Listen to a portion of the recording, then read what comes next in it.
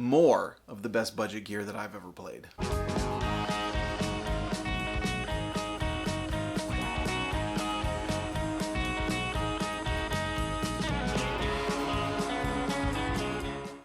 Whoo, did you like that song? I like that song too. You know, you can listen to that song on Apple Music and Spotify. You gotta look up this guy's name. Don't get excited though, I heard he's a jerk in real life. Hey everyone, welcome to Real Guitar Talk, and this is a second installment, a part the second, if you will, of the best budget gear that I've ever played. Now, the point of Real Guitar Talk in general is to talk very candidly about things that I see or hear in the guitar world that I think need to be discussed openly.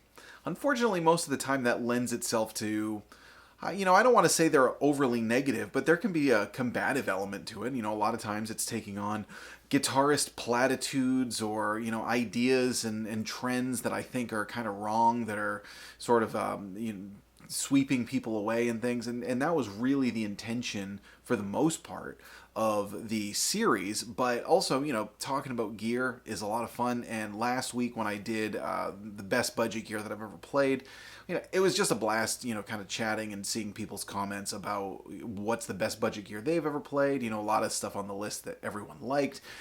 Just kind of more fun. So I thought I would do a second list. This is my second top 10 of best budget gear that I've ever played, because, you can really keep going. There's a lot of good stuff out there if you know what you're looking for. And to kick things off, we are going with the Supro Delta King series, the whole series of amplifiers, not just the 15 or the 10.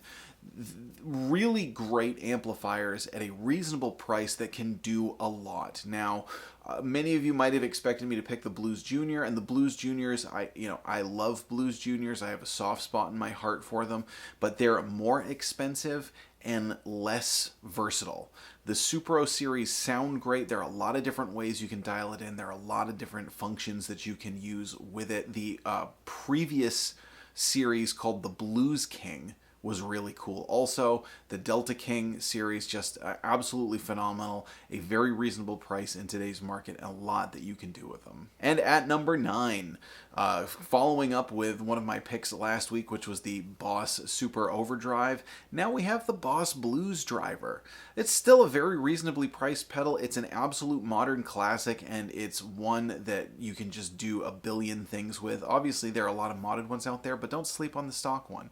The stock ones just sound great. They're killer boost, wide open, clear EQ that's not necessarily too brittle. You can get it all the way up into a raucous distortion and even kind of like a hint of fuzz with it. Just a great pedal that if you know what you're doing with it, you can get awesome tones and not terribly expensive. At number 8, we have an acoustic guitar from Harley Benton. This is the CLA 15M.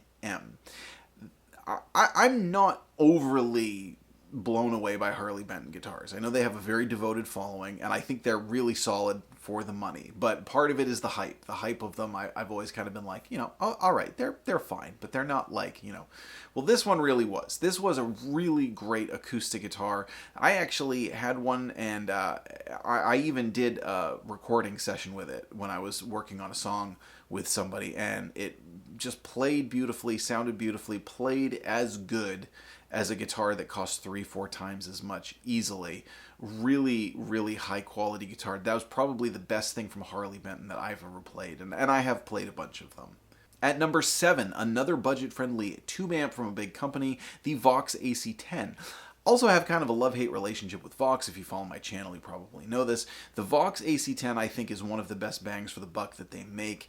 Really gives you some usable features, but it's also very straightforward, and it just captures all the kind of Vox vibe. And I think one of the things about it that makes it special is it's lower watt, so you can really get it pushed, probably more than some of the other Vox amps in the line. But if you know the Vox tone, it cuts really well. So even though it's only 10 watts, there are a lot of, gigging and band situations where it might be usable. I mean, obviously, you throw in a mic on it, it's going to be usable no matter what. But there are quite a few situations where you can play that with a drummer, and it's really going to cut through just because of that unique kind of Vox thing that it does while getting the power tubes warm and really getting a nice saturated tone. At number 6, unfortunately, this one is discontinued, but probably the one of the best compressors I've ever played, not just budget. It was a really, really good pedal. It was the Modtone Lemon Squeeze. Now you can still find these used if you search around on the various used databases, and I am going to include a link below to a used search for it through Guitar Center. By the way, I'm linking to all this stuff in the description.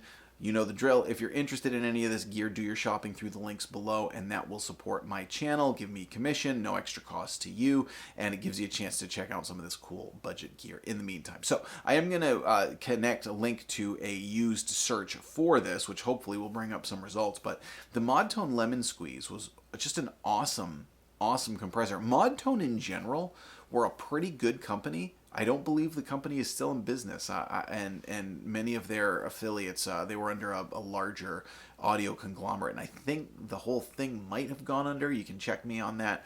But Modtone made some really cool, really inexpensive pedals. Some of them weren't the best, but a lot of them were, more than solid for the money, and the Lemon Squeeze was just an awesome compressor, and I can't believe what it cost. It was just really great, and I'm really sad to see that one gone. At number 5, going with a solid state kind of a modeling amp. Now, I almost went with the Fender Mustang, which could be on this list. Let's be honest, the Fender Mustang series, but I'm actually going to go with Boss, and I'm not going with the Katana only because I don't have a ton of experience with the Katana, but what I do and what I love is the Boss Next Tone. The Next Tone is their higher end, I guess, or next level up might be a better word to describe it, of solid state, and it's kind of modeling. It actually has a lot of similarities to the Blackstar Silverline in that sense, where rather than modeling a specific amp, you pick the power amp tube section that you want. Also has editing via computer software if you plug in USB, but talk about an amp that you plug into, and I would not be able to tell the difference between that and a tube amp. I'm being perfectly honest, and I don't say that lightly. Like, I played the Mustang, the Fender Mustang, and I gigged with it for a while, and it was really good. You knew you were playing a solid state. Did the audience know? No, it was a good tone. The Boss Next Tone, particularly when you're playing clean and getting to various levels of like edge of grit, I really would be hard-pressed to tell the difference between that and an actual tube amp. I think it's a very, very good amplifier. At number 4, this is a very, very recent thing, but this gets a special spot on the list. The Keeley Soft Reverb. In fact, I actually recently reviewed this. This is Keeley's budget line. Now, several other of the big pedal companies, including JHS and Wampler, have come out with a more budget-friendly line. Keeley just came out with one that's Sweetwater exclusive. They have the Super Bass Overdrive, they have the Sun's Fuzz, and they have the Soft Reverb. The reason that the reverb edges the other two out, the other two are great also, but the reason is because reverbs tend to be a little bit more money. This one has 3 modes, which all sound great, including spring, plate, and kind of an ambient sounding one, like a lo-fi type thing, which actually includes a reverb and a modulated dual delay all in one. And, they're made in the USA, and it's just like, from a company that's really high-end that I already think are very budget-friendly overall. This one is just phenomenal. A lot of usable reverb tones. The plate reverb is just to die for on it. I like this pedal a lot, and I would highly recommend it to anyone looking for a reverb pedal that's from a very well-respected company that's not going to break the bank. At number 3, the Epiphone Casino Worn. These are great. The Casino is one of the kind of like pillars of the history of Epiphone, with its use by, the Beatles, the Rolling Stones, among many others. And it's still one of the highest kind of respected Epiphone guitars. The Casino Worns are awesome. They play and sound just as good as the next level up Casino. They have that kind of it's not even a satin finish. It feels like a really, really stripped down finish, and it comes in some pretty cool colors. I think they're an absolute bang for the buck, and it's nice to see Epiphone coming out with good quality guitars that are specific to them. I know that there's the Gibson ES330, but the Casino is, very much a specific Epiphone model. It's a little different than the 330 with its inlays and things, and it's a very, very well-known guitar from the company, but not just a Gibson copy. I love seeing that guitar out there, and I hope to see it in the hands of more players. At number 2, this pedal is ridiculous for the price. It is the Sonic Cake Echo Rain. This is a delay pedal that is $30. It's absolutely insane. And Sonic Cake make solid effects, really solid effects. I've played a bunch and owned a bunch, and you know, they're really inexpensive and they definitely punch above their weight. But it's like the Overdrive wasn't necessarily like better than overdrives that are much more money, but it was really good for the money. The same with some of the other effects. But the Echo Rain, it's a good delay. It's a really good delay, and it's $30. I mean, it's stupid money. And for today's list, number 1, the Gretsch Jim Dandy series. Now, the cool thing about this might not have been on my list, or it might have been lower down on my list, I should say, a couple years ago.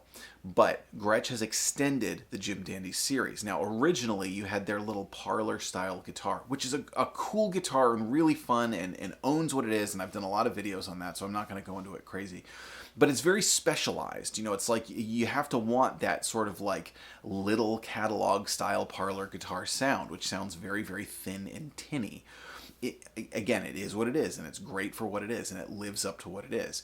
What's cool is that Gretsch extended the Jim Dandy series to include other larger body models, including a Dreadnought and a concert size, and each of the models are now available also with a Delta Lux pickup. Originally, there was the Jim Dandy guitar, and then they also came out with one called the Jim Ricky, which was a Jim Dandy with a Delta Lux pickup, because a lot of people were buying Jim Dandies and putting a Delta Lux pickup in them and using them as these kind of like blues, Mississippi Delta slide machines, and they were super cool. Now Gretsch was smart enough to again offer different body sizes and offer the pickup on each one. Really, really inexpensive, really fun to play, great for the money, a lot of cool tones, a lot of bluesy things you can do with them, a lot of just having fun, having a nice small comfortable guitar to sit around with and pick up and play. I've really enjoyed mine, and I still play them. In fact, I played one this afternoon.